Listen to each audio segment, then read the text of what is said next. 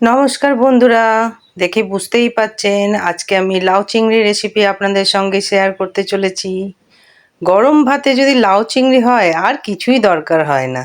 তাই আজকে আমি 1 কেজির মতো একটা লাউ নিয়েছি, যেটাকে আমি ছোট ছোট করে কেটে নিয়েছি। দেখতেই পাচ্ছেন এরকম করে আমি ছোট ছোট করে কেটে নিয়েছি। আর নিয়ে নিয়েছি একটু মতো আলু। আর মশলা হিসেবে নিয়েছি 4টে কাঁচা লঙ্কা, একটা বড় পেঁয়াজ, রসুন আর হাফ ইঞ্চি মতো একটু আদা। এবার কড়াইয়ে আমি সর্ষের তেল নিয়েছি 2 চামচের মতো। প্রথমে আমি আলুগুলোকে একটু নুন হলুদ দিয়ে ভেজে নেব। এরকম করে আপনারাও ভেজে নেবেন, দেখবেন টেস্টটা অনেকটাই পাল্টে যাবে আগে আলুটা ভেজে নিলে। দেখুন আমার 60% মতো আলু ভাজা হয়ে গেছে।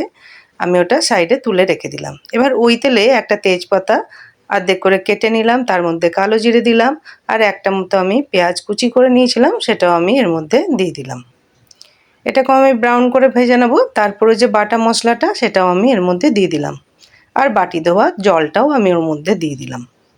তার মধ্যে আমি দিয়ে দিলাম হাফ চামচের মতো জিরে গুঁড়ো, হাফ চামচের মতো ধনে গুঁড়ো, আর স্বাদ অনুসারে লঙ্কার গুঁড়ো, আর হাফ চামচের মতো কাশ্মীরি চিলি আমি দিয়ে দিলাম।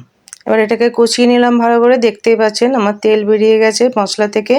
সেই সময় আমি একটা টমেটো কুচি করে রেখেছিলাম সেটা দিয়ে দিলাম, আর স্বাদ অনুসারে নুন আর পরিমাণ মতো আমি হলুদ দিয়ে একটু সামান্য জল দিয়ে এটাকে আরও ভালো করে কষিয়ে নিলাম। দেখুন আমার একদম টমেটো গলে গেছে, কাঁচা গন্ধ এক ফোঁটাও নেই। সেই সময় আমি লাউগুলোকে এর মধ্যে দিয়ে দিলাম। লাউয়ের মধ্যে ওই মশলাটা ভালো করে আমি মাখিয়ে নেব।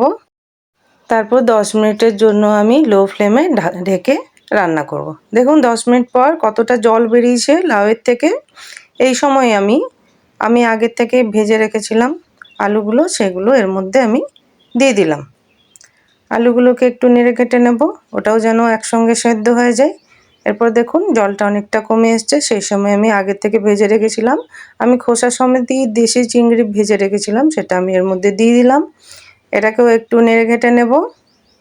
আর একটু স্বাদটাকে ব্যালেন্স করে রাখার জন্য আমি একটু চিনি দিলাম হাফ চামচের মতো, সেটাকেও আমি একটু নেড়ে ঘেটে নেব।